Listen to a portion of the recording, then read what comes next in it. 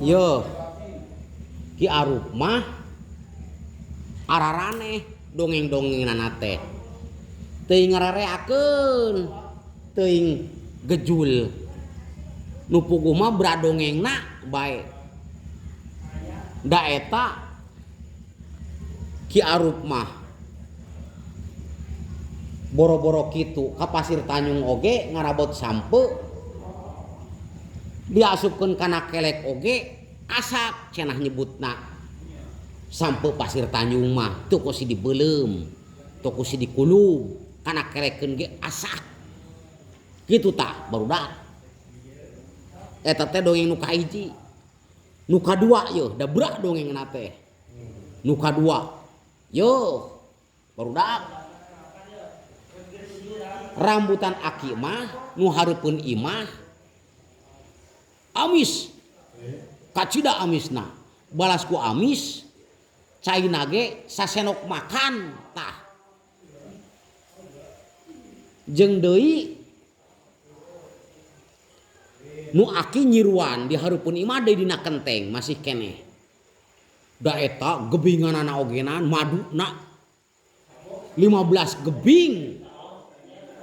da sagebingna teh tah aya meureun kana 30 cm ka 30 cm mah nyiruan eta teh nyebutkeun deui can ada Simail kaseureud nyiruan mani siga memerang awi bae tah dina beungeutna balas ku budak eta teh seseureudna teh dina beungeutna sok bayangkeun cenah mani siga memerang awi jeung aki mah baheula lamun nguseup lain zaman kawas zaman kiwari ieu upana ge ku kikirik ku anak anjing tah di Cikemang usupna ge nang nyieun ku beusi sagede alaihim talina ge teu make senar deui make tamang tah atuh ku aki ditalikeun kana jati rungpad jatina balas ku gede tah lubangna teh silatna teh ditalikeun kana awi tangkal awi rungkad wah soak we boro-boro kitu reungit baheula mah aki lamun keur ngajujubur atau keur ngarona tas magrib tah atawa ngajubur hareupeun imah sok mau batu bata jang maldo greungit da reungitna ge sagede hayam jago anu bangkok tah kitu jeung aki mah baheula boga kecrik teh balas ku badag lamun ngecrik di walungan nu kacai satengahna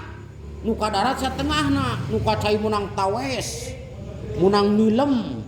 munang lukmas boncel sesepah jeung bakuku anu kadarat munang caruh munang sero munang bagong tilu tah wedul aki mah baheula nu matak aneh zaman ayeuna reungit teu kusi ongko diobatan tapi teu singna lalintuh kos baheula balas naon tah aki tah pangalaman baheula kitu